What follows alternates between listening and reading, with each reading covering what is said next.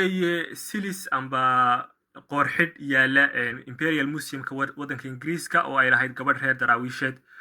ah oo markaa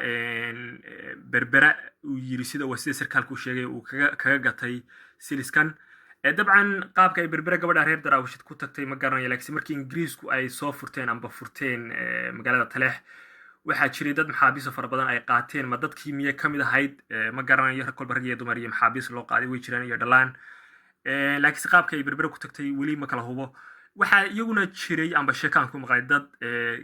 reer daraawiisheed ah markaa Gabiley sii maray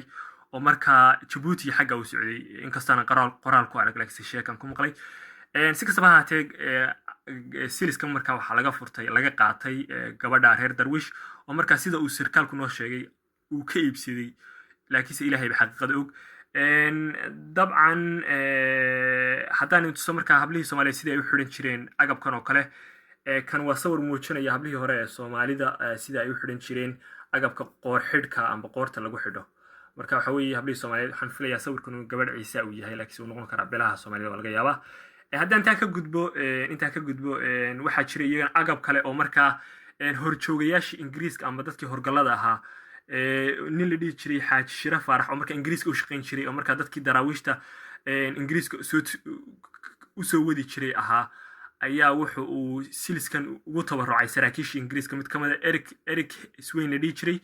oo ay u yaqaaneen daraawiishtu isaga miyaamse walaalkii u yaqaaneen Swain Cawar dabcan ninka horgalka ay wuxuu u shaqayn jiray ciidamada Ingiriiska iyo dawladda Ingiriiska marka waxa uu siiyay siliskan iyo magaranaysa shuuliyadan ka samaysan maadada silfarka iyo magaranaysa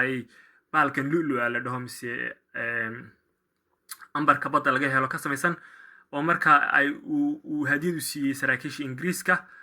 ninkaasuna wuxuu ahaa horgal la dhihi jiray Xaaji Shira Faarax oo marka gobolada waqooyi ka shaqayn jiray Ingiriiska u shaqayn jiray